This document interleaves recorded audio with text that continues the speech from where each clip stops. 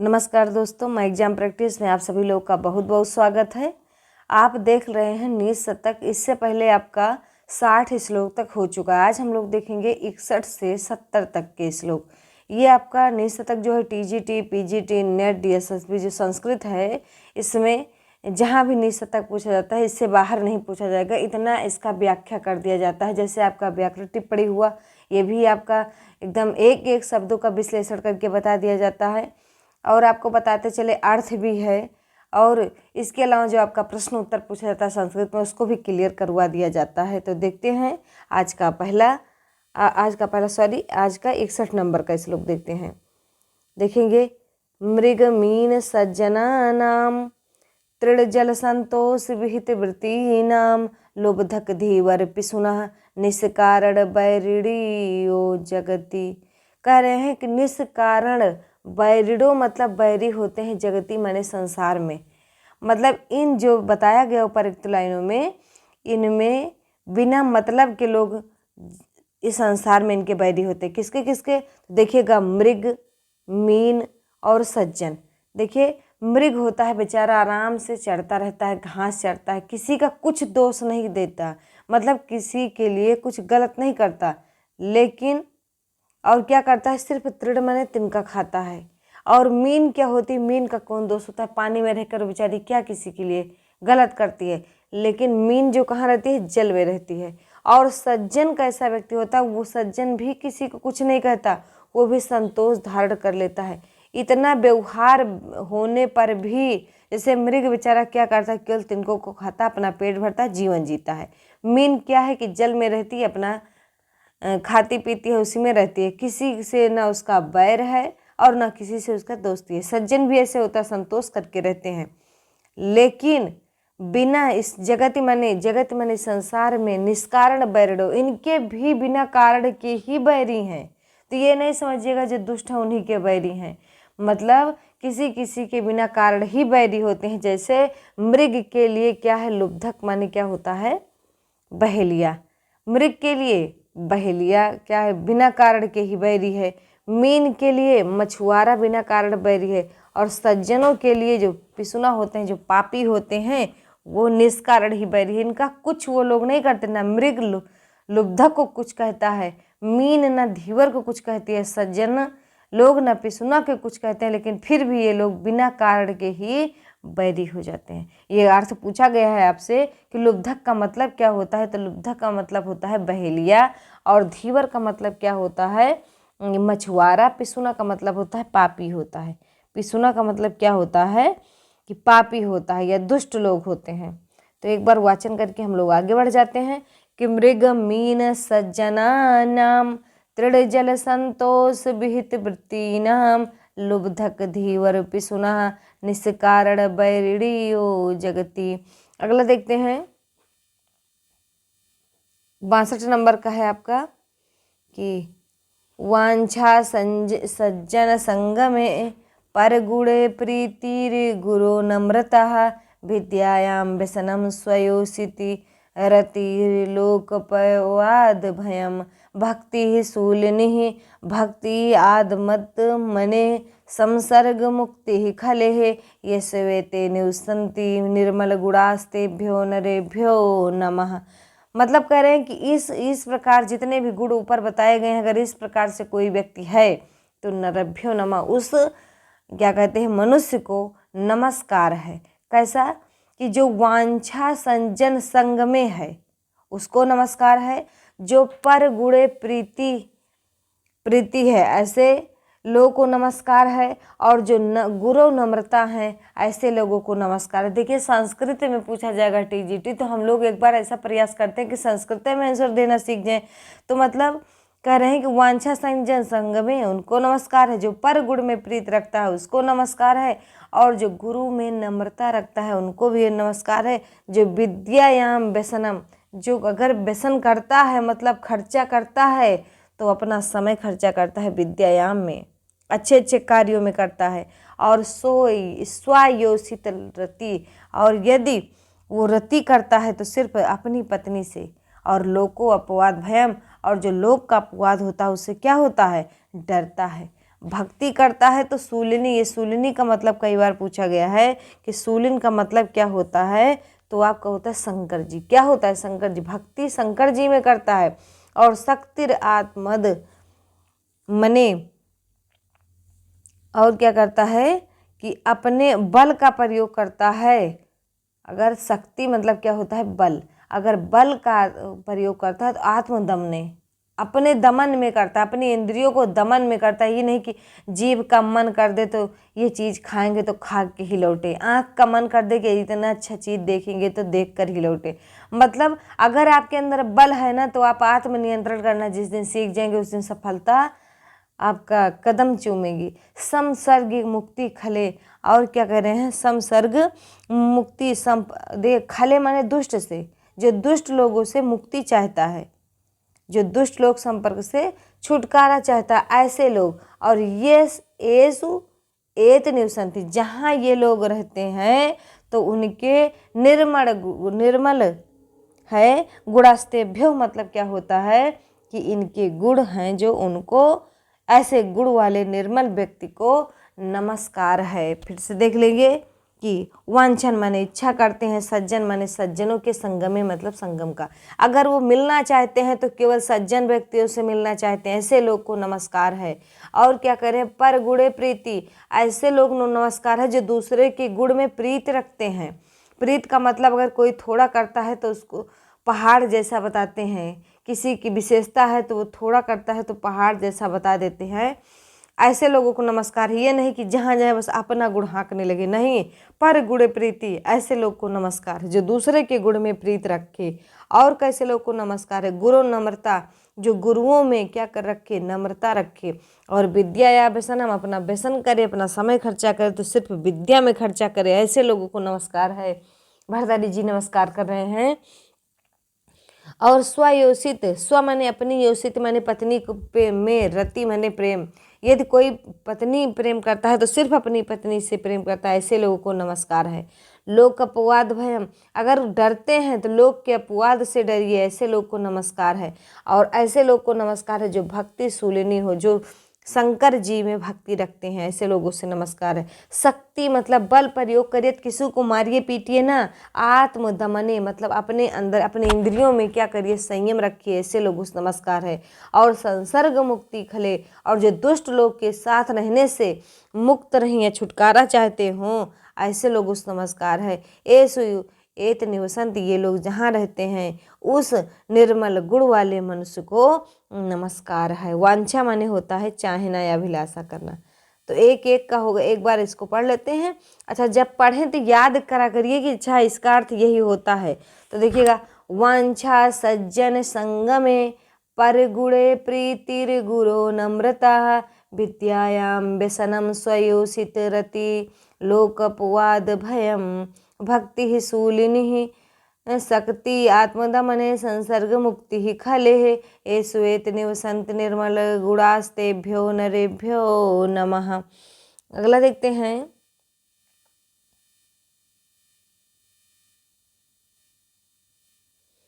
ये इस प्रकार देखिएगा, विपत्ति धैर्यम यथा अभ्युदय क्षमः, सदशिवाक्य पटुता युद्ध विक्रमः, यशस्वी चाभिरुचि व्यसनम श्रुतौ, प्रकृत सिद्धम इत महात्मना। इस प्रकार से जितना ऊपर की लाइनों में बताया गया, अगर इस प्रकार से व्यक्ति है ना तो ये महात्मा लोग स्वभाव से ही ऐसे रहते हैं। कैसे रहते हैं तो देखेंगे, विपत्ति माने क्या होता है, इसमें देखिए सप्तमी भक्ति है। विपत्ति माने होता है विपत्ति में कैसे होते हैं? धैर्य मतलब धैर्य धारण कर लेता है, चाहे जितनी विपत्ति आए इनके ऊपर। सज्जन लोग, महात्मा लोग, जिनकी आत्मा महान है, ऐसे लोग विपत्ति में क्या करते हैं? धैर्य को धारण कर लेते हैं। और क्या करें? यथा अभ्युदय क्षमा, और यदि वे उठते हैं, यदि उनकी उन्नति होती है तो वो सबको क्षमा करना सीखते हैं। ये नहीं कि अगर उनके पास गाड़ी है, बढ़िया बहुत सामान है, तो गाड़ी अगर 4 व्हीलर है तो जाके किसी के ऊपर चढ़ा दे, नहीं, अगर वो गलती भी करता है तो उसको भी क्षमा करते हैं।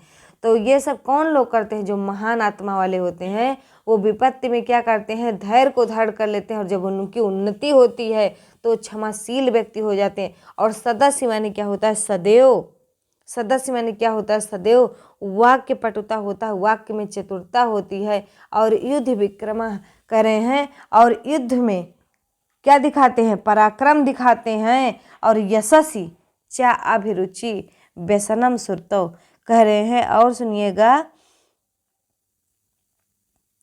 सुरतो माने यहाँ पूछा गया कई बार, सुरतो का लिख लीजिएगा। वेद अध्ययन में, वेद को पढ़ने में व्यसन माने अपना, व्यसन माने समय को खर्चा करते हैं, लगन लगाए रहते हैं, अभिलाषा रहती है कि हम पढ़ेंगे तो सुनेंगे तो बेस सुनेंगे, पढ़ेंगे तो बेस सुने पढ़ेंगे। और यशस्वी चा अभिरुचि, और यश में भी उनकी अभिरुचि होती है, मतलब कीर्ति उनकी सब जगह फैले, इसकी भी अभिरुचि उनको, अभिलाषा होती है। प्रकृति सिद्धम इदम ही महात्मा नाम, जो महात्मा लोग होते हैं स्वभाव से ही ऐसे सिद्ध होते हैं। कैसे सिद्ध होते हैं कि विपद में धैर्य धारण कर लेते हैं। इसे पूछ लेंगे कि भर्तृहरि के अनुसार महात्मा लोग कैसे होते हैं, विपत्ति में क्या करते हैं, तो धैर्य में था, धैर्य को धारण कर लेते हैं। और क्या करते हैं, अभ्युदय, अभ्युदय का मतलब यहाँ क्या है, तो यहाँ उन्नति है। उन्नति में जब उनके पास खूब सारा धन हो जाता है तो वो बहुत उन्नति कर लेते हैं, तो उनके अंदर क्षमा आ जाता है। और सदैव वाक्य पटुता, वाणी में चतुरता होती है, युद्ध में पराक्रम होता है, और यश को फैलाने में अभिरुचि रखते हैं। और व्यसन में क्या कहते हैं, सुरतौ व्यसनम कह रहे हैं कि वेद अध्ययन में रुचि रखते हैं। ऐसे महान आत्मा लोग स्वभाव से ही ऐसे होते हैं, मतलब जब से पैदा होते हैं तब से ही ऐसे रहते हैं। एक बार वाचन करके हम लोग आगे बढ़ जाते हैं। विपत्ति धैर्यम यथाभ्युदय क्षमः सदशिवाक्य पटुतः युद्ध विक्रमः यशस्वी चाभिरुचि व्यसनम श्रुतौ प्रकृति सिद्धमिदम ही महात्मनाम। अगला देखते हैं, 64 नंबर का है आपका। कह रहे हैं प्रदानम प्रक्षणम गृहम उपगते संभ्रम विधि प्रियम कृत्वा मौनम सदसि कथन चापि उपकृते अनुत्सेक्यो लक्ष्या मनभि भवगंधाः परकथाः सतम केन दिष्टम विषम असिधारा व्रतमिदम। कह रहे हैं, अब इसको देखिएगा, प्रदानम का मतलब होता है प्रदान करते हैं, प्रछन्नम मतलब होता है गुप्त, प्रछन्नम माने क्या होता है, गुप्त। और गृहम उपगते मतलब घर आने पर, क्या होता है, घर आने पर। संभ्रम विधि का मतलब होता है अच्छी, सम माने अच्छी प्रकार से या भली प्रकार से, भ्रम विधि सत्कार करते हैं। जब कोई भिखारी व्यक्ति आ जाता है, या भिखारी कोई भी व्यक्ति उनके पास मांगने के लिए अगर कुछ आता है, तो वो गुप्त दान करते हैं और घर पे उनका सत्कार भी करते हैं। सत्कार भी इस प्रकार से दान करते हैं कि दाएं हाथ से कर रहे हैं तो बायां हाथ न जाने। जो महात्मा लोग होते हैं, जो साधु लोग होते हैं, वो इसी प्रकार दान करते हैं। और गृहम उपगते, गृहम माने घर में, उपगते मतलब आए हुए, उनका सत्कार करते हैं और गुप्त दान देते हैं। और क्या है, प्रियम कृत्वा, प्रियम कृत्वा मतलब प्रिय करते हैं लेकिन मौनम सदस्य, मौन सदैव रहते हैं। कथनम चापि उपकृते, कह रहे हैं कि उपकृते मतलब उपकार का, कथनम माने जो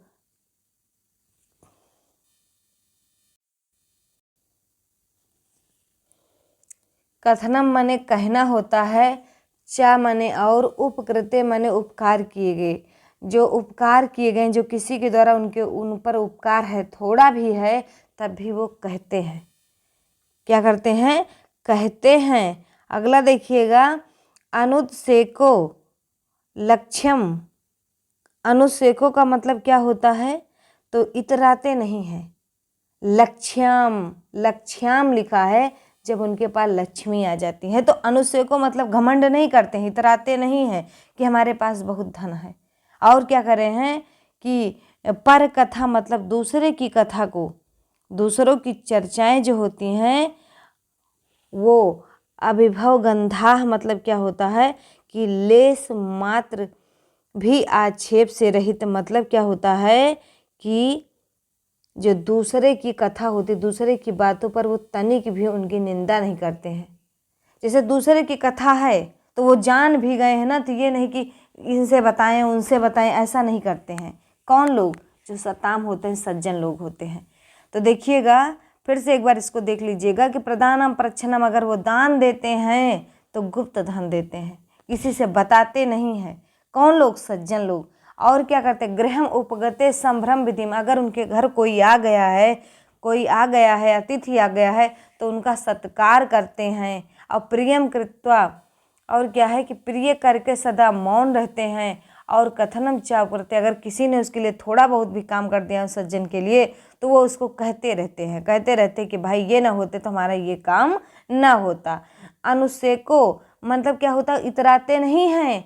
लक्ष्याम मतलब लक्ष्मी के आ जाने पर वो इतराते नहीं है। और पर कथा अभिभव गंधा मतलब दूसरे की कथा जो होती है उसको क्या करते हैं कि दूसरे की कथा को किसी से कहते नहीं या निंदा नहीं करते। सताम सज्जनों को केनोपदुष्टम, किसने उपदेश दिया है? विषम आसिधारा व्रतितम, इतना तलवार की धार पर चलने वाला व्रत धारण करने के लिए सज्जनों को किसी ने उपदेश नहीं दिया है।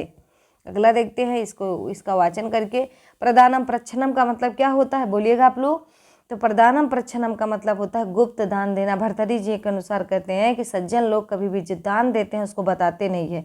गृहम उपगते संभ्रम विधि मतलब क्या होता है कि घर में आए हुए मेहमान का भली प्रकार से सत्कार करते हैं। प्रियम कृत्वा मौनम, तो जो प्रिय होता है वो प्रिय करके मौन रह जाते हैं। सदस्य कथनम चाप उपरते, और किसी के द्वारा उपकार किए गए उसको सभा में इत्यादि में कहते रहते हैं। और अनस्य क्यों लक्ष्याम, लक्ष्मी के आ जाने पर भी वो मौन धारण किए रहे, मतलब इतराते नहीं हैं। और अभिभव गंधा पर कथाम, और दूसरे की कथा को कभी निंदा नहीं करते, दूसरे की कहानी को जान जाते हैं तो निंदा नहीं करते। सताम केनोपदिष्टम विषम असिधारा व्रतमिदम, जो सज्जनों के द्वारा ये जो करते हैं ये सब चीज़ें उपयुक्त लाइनों में, ये सज्जनों को, ये जो तलवार की धारा पर चलने के समान व्रत है, ये सज्जनों को धारण करने के लिए किसी ने उपदेश नहीं दिया, अर्थात वो स्वयं से ही ऐसे होते हैं। ये सज्जन पद्धति का है सब। अगला देखिएगा। करे श्लाघस्त्यागा शिरसि गुरुपाद प्रणयिता, मुखे सत्या वाणी विजयी भुजयोर वीर्यं तुलम, हृदय स्वच्छावृत्ति श्रुतं गतं च श्रवणेव, विना अपि ऐश्वर्येण प्रकृति महताम मंडनमिदम। ये देखिएगा कह रहे हैं आपका करे श्लाघा त्यागा, इसको भी जान लीजिए आप लोग। भर्तृहरि जी कहते हैं कि देखिएगा जो महात्मा लोग हैं, जो सज्जन लोग हैं वो कैसे होते हैं। देखिएगा करे माने होता है हाथ में, श्लाघ माने होता है कि प्रशंसनीय, त्याग मतलब होता है त्याग।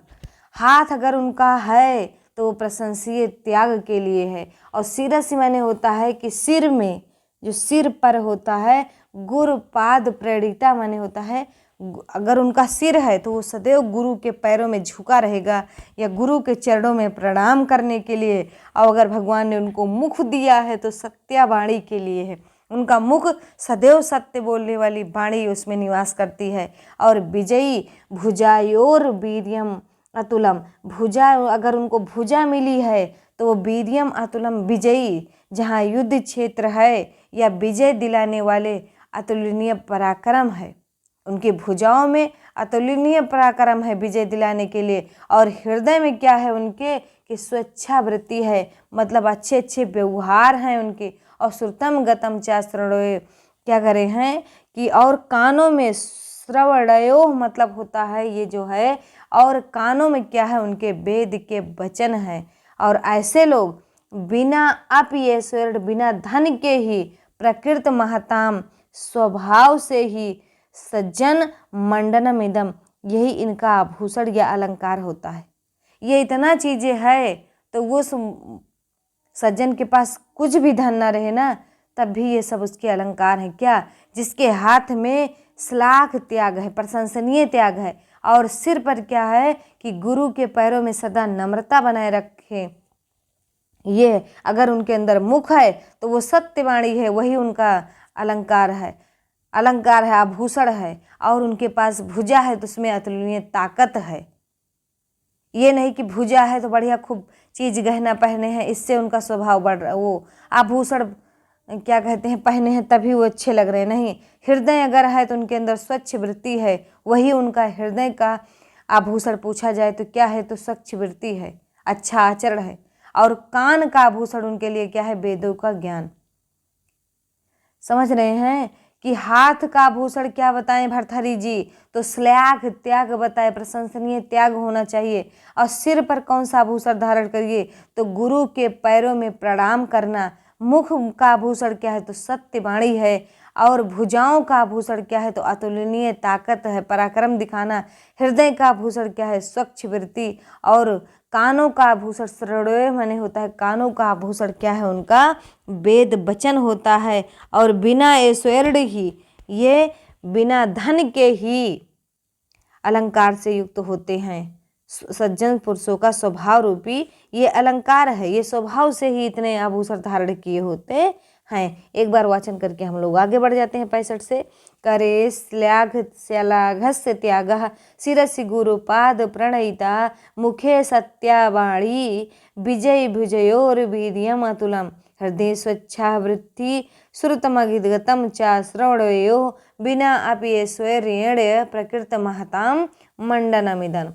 आगे देखते हैं 66 नंबर का है आपका। संपस्तु महतः चित्यं भवति उत्पल कोमलम आपस्तस्तु च महाशैलशिलांग संघातक करकसम। तो देखते हैं इसका, देखेंगे तो देखेंगे संपस्तु माने होता है संपत्ति, महता माने होता है महान लोगों के पास। जो महात्मा लोग हैं, जो सज्जन लोग हैं, यदि उनके पास संपत्ति माने क्या होता है कि धन आ जाता है, तो उनका चित्तम माने चित्त, भवति माने हो जाता है, उत्पल माने कोमल, उत्पल माने कमल होता है, कोमलम माने कोमल।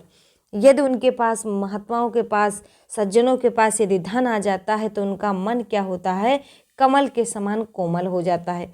और आपत्सु माने होता है विपत्ति में, संपत्ति माने होता है संपत्ति या धन आने में, और आपत्सु माने होता है क्या कि विपत्ति में क्या होता है कि महाशैल शिलांग। अगर जब उनके पास आपत्ति आ जाती है, विपत्ति पड़ जाती है, बहुत परेशान हो जाते हैं, तो महाशैल शिला के समान हो जाते हैं। और कैसे, करकसम मतलब होता है कठोर हो जाते हैं। किसके समान कठोर हो जाते हैं, बड़ी बड़ी चट्टानों के समान अत्यंत कठोर हो जाते हैं। तो देखिएगा जो महान लोग होते हैं, यदि उनके पास संपत्ति आती है तो वो कोमल कोमल हो जाएंगे, किसके समान, उत्पल के समान। उत्पल बने क्या होता है, कमल के समान। और आपत्सु, जब उनके पास धन सब नहीं रहेगा, धन चला जाएगा, तब भी वे किसी से गिड़गिड़ाएंगे नहीं, वो चट्टानों के समान, महान बड़ी बड़ी चट्टानों के समान एकदम कठोर रहेंगे। इस प्रकार से ये महात्माओं का चरित्र होता है। एक बार वाचन करके हम लोग आगे बढ़ जाते हैं कि संपत्सु महता चित्यं भवति उत्पल कोमलम आपत्सु च महाशैल शिलांग संघात कर कसम। अगला देखते हैं 67 नंबर का विकल्प है, आपको वो 67 नंबर का श्लोक है कि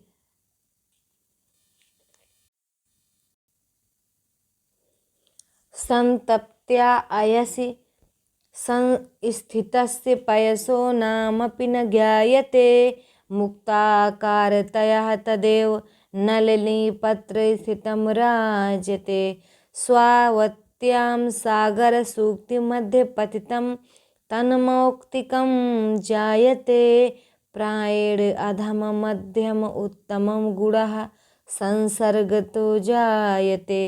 ये जितने भी गुण होते हैं, ये संसर्ग माने होता है सत्संगति से ही पैदा होते हैं। सत्संगति मतलब संगति के कारण, सत्संगति नहीं, संगति के कारण।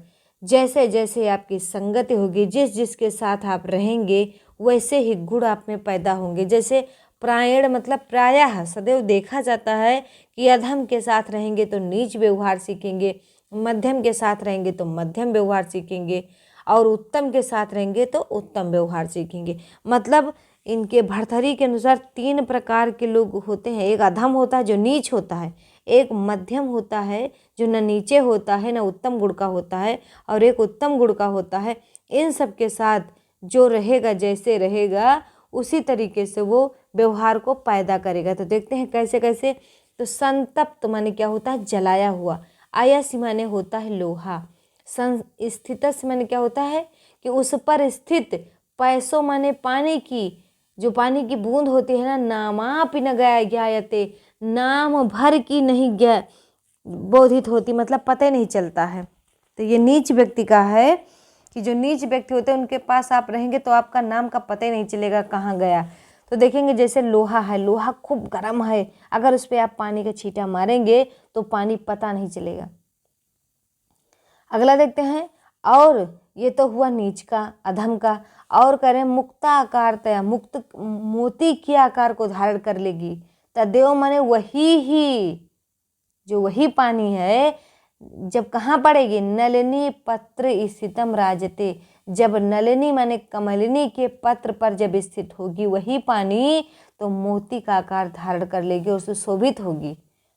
जब यही पानी लोहे के ऊपर, गर्म लोहे के ऊपर गिरा तो इसका नाम भी नहीं पता चला कि कहाँ पानी गिरा, लेकिन वही पानी जब नलिनी के पत्ते पर गिरी तो मोती का आकार धारण कर ली, ऐसे दिख रही है।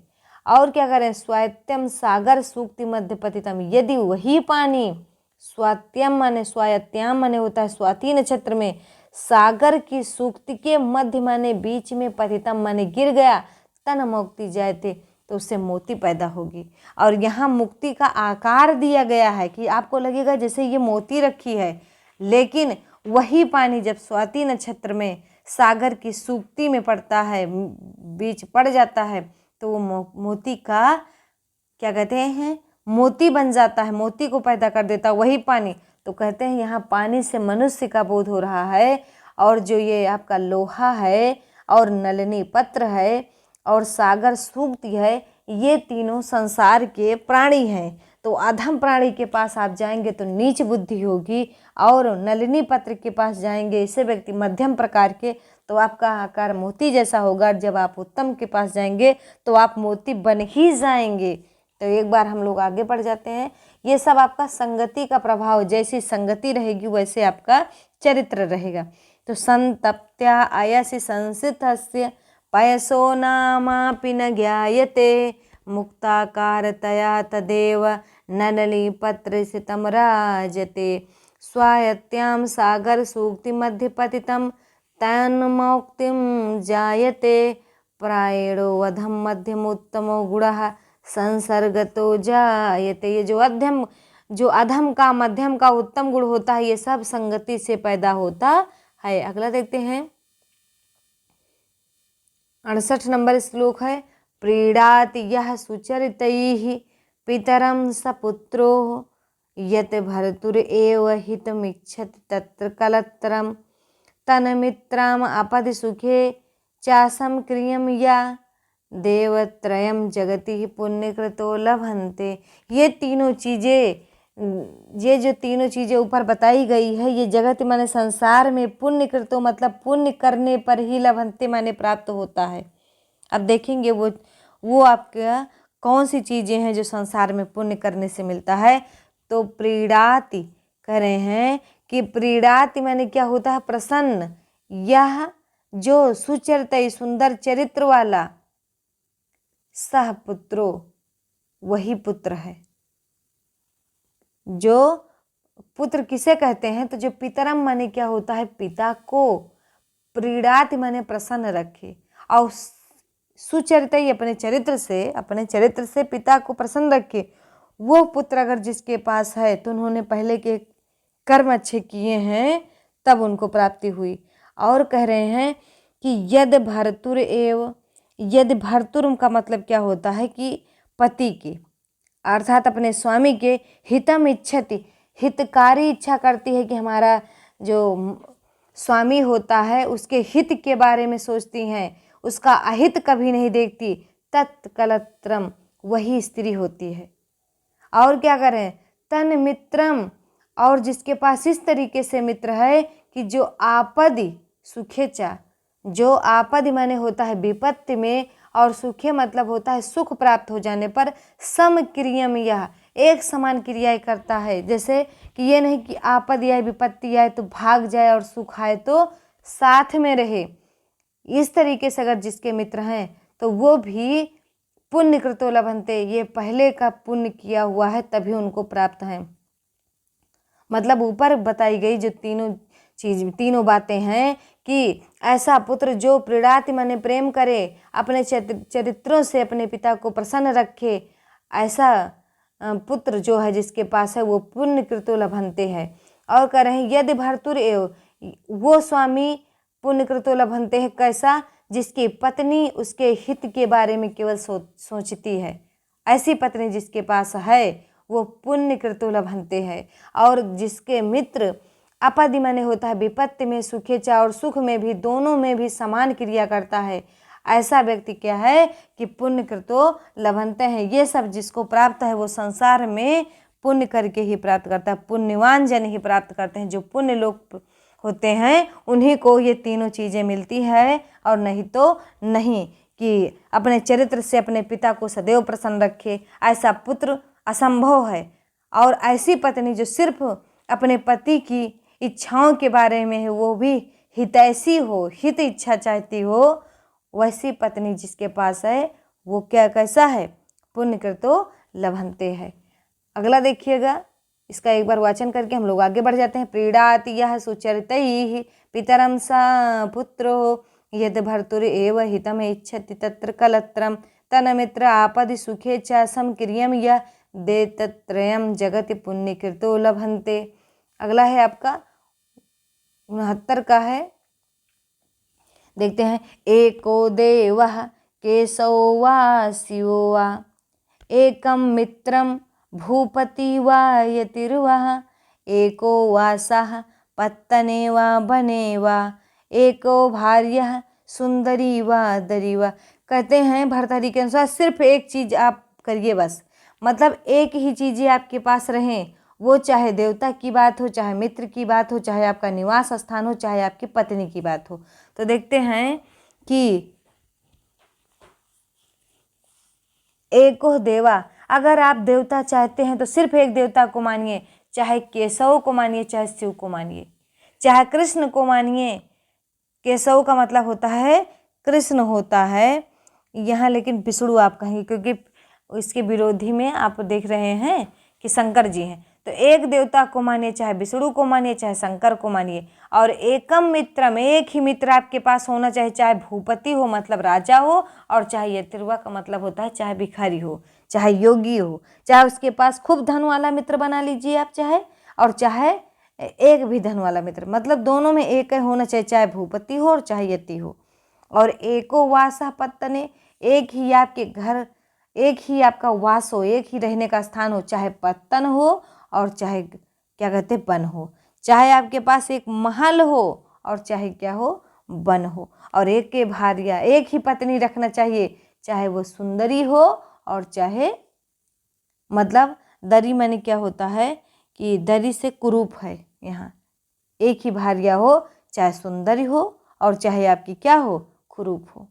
तो कह रहे हैं कि एक देवा है, एक देवता की पूजा करनी चाहिए, चाहे विष्णु की करिए चाहे शिव की करिए। एक ही मित्र रखिए, चाहे भूपति रखिए और चाहे यति रखिए। एक ही निवास स्थान बनाइए, चाहे महल को बना लीजिए और चाहे वन को बना लीजिए। और एक ही पत्नी को प्रेम करिए, चाहे आप कुरूप हो और चाहे सुंदरी हो। अगला देखते हैं, इस सेशन का ये आखिरी है आपका श्लोक।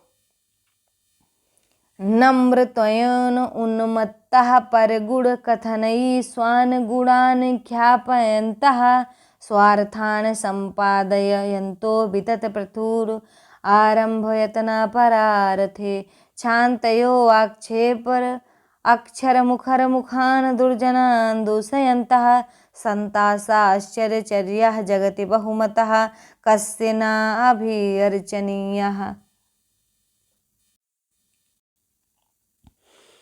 नम्रा त्वयन उन्मतः, कह रहे हैं कि उन्मत्त हो जाते हैं, मतलब जब उन्मत्तः मतलब जब उन्नति कर लेते हैं तो नम्रत्वेन हो जाते हैं, कि विनम्रता से झुक जाते हैं या विनम्रता से ऊंचे उठने वाले लोग।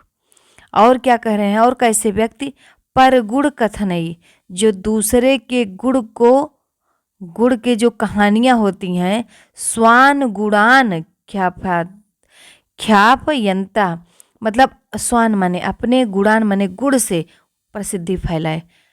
मतलब अगर अपने गुड़ की भी प्रसिद्धि फैलाना चाहता है तो वो दूसरे की गुड़ को कह कह कर करे। स्वार्थान संपादयन, तो मतलब कह रहे हैं कि स्वार्थान का मतलब क्या होता है बताएंगे, कि स्वार्थान माने अपने,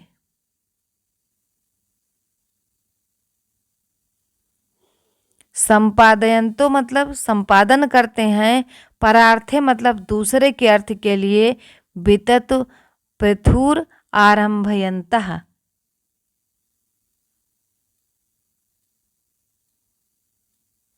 आरंभ यंता, तो इसका नोट करिएगा कि वितत माने होता है निरंतर, पृथु आरंभ यतना लगातार प्रयत्न करने वाले, लगातार प्रयत्न करने वालों, किसके लिए, परार्थे दूसरे के लिए, दूसरे का अर्थ के लिए, स्वार्थान संपादित, अपने स्वार्थ का भी त्याग करते हुए दूसरों के कार्य में क्या करते हैं, निरंतर लगे रहते हैं, निरंतर संपादित करने के लिए लगे रहते हैं दूसरे के अर्थ में।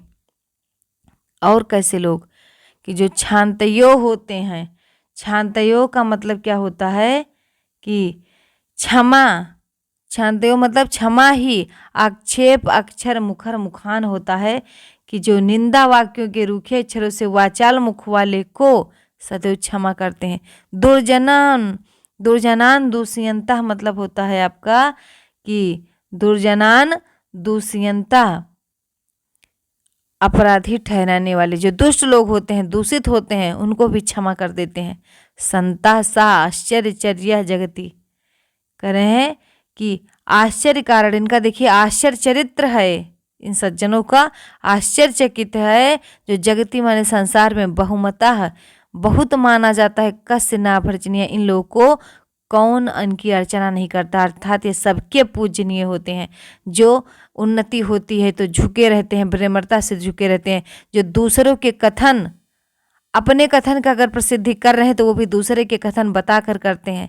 और स्वार्थान संपादन तो मतलब अपने स्वार्थ के द्वारा ही संपादन, दूसरों के अर्थ के लिए, दूसरों के स्वार्थ के लिए, दूसरों के अर्थ के लिए वो सदैव लगे रहते हैं, अपना स्वार्थ त्याग देते हैं दूसरों के अर्थ के लिए। और क्या करते हैं कि जो अक्षर मुखरान दुष्ट व्यक्ति होते हैं उनको भी क्या कर देते हैं, क्षमा कर देते हैं। और ये संत लोग का आश्चर्यचकित चरित्र है और ये सबके पूजनीय होते हैं। तो नोट कर लेना फिर से कि विनयशीलता से ऊंचे उठने वाले लोग सबके पूजनीय होते हैं। दूसरों के गुणों के कथन द्वारा अपने गुणों की प्रसिद्धि करने वाले लोग सबके पूजनीय होते हैं।